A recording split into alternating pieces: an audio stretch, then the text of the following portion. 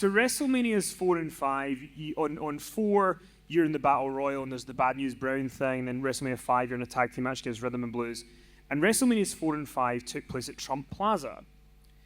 And 30 years later, Donald Trump is the president of the United States of America.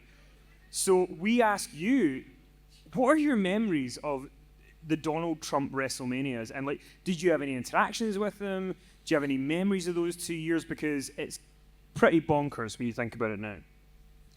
Well, actually, I remember quite a bit about it. I remember Donald Trump was actually a really big fan of wrestling, and there's one part in that match where that Battle Royal, where Bad News takes me in. I think it's Bad News, but somebody throws me in the turnbuckle frontwards, and I hit the turnbuckle. And when you watch it, you can see Donald Trump just about falls off his chair.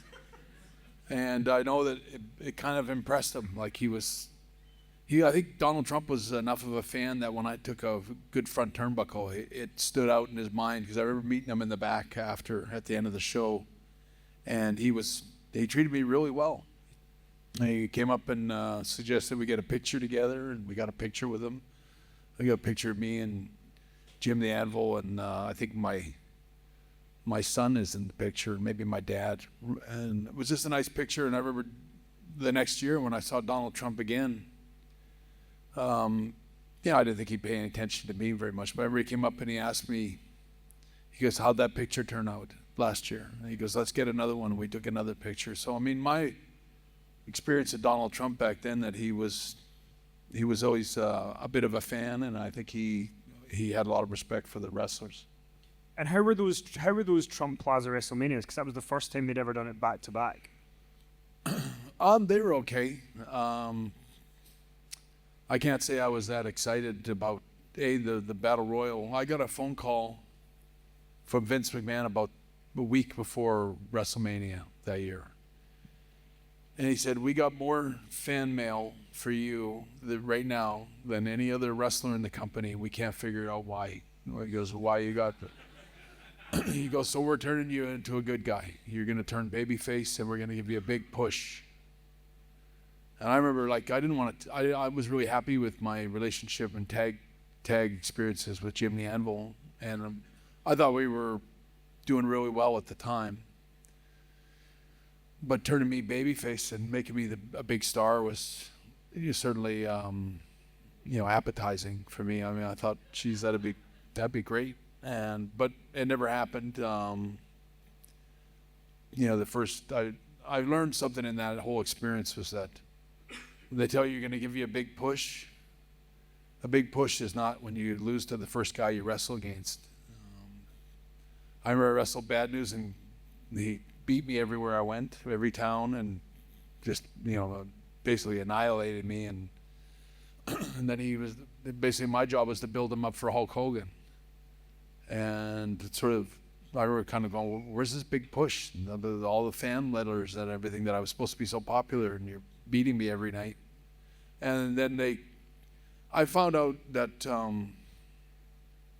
it was probably my interviews that weren't very good. But I turned that back on them too, because I think my interviews were never my strongest point in those days. I wasn't the best promo guy, but I prided myself on my wrestling skills.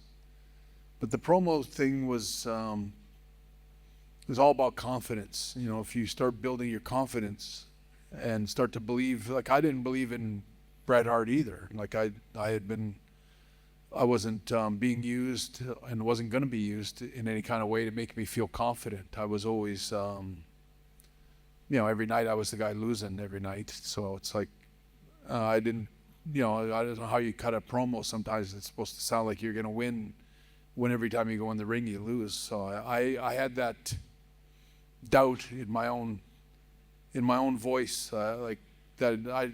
I always learned in wrestling that you never say you're going to do something that you don't. Never promise anything you can't deliver. And so I never really wanted to sound like I was going to win, because I wasn't going to win most of the time. So anyway, I think they put a knife in that and said, okay, we're not worth pushing. And I don't know what they did, but they put my big push on hold. It never happened at that time. And basically, my job was to make guys for another 5 years, and just always make guys, make Kurt Hennig, make this guy, make that guy. Well, and it was like, well, what about me? But I wasn't there yet.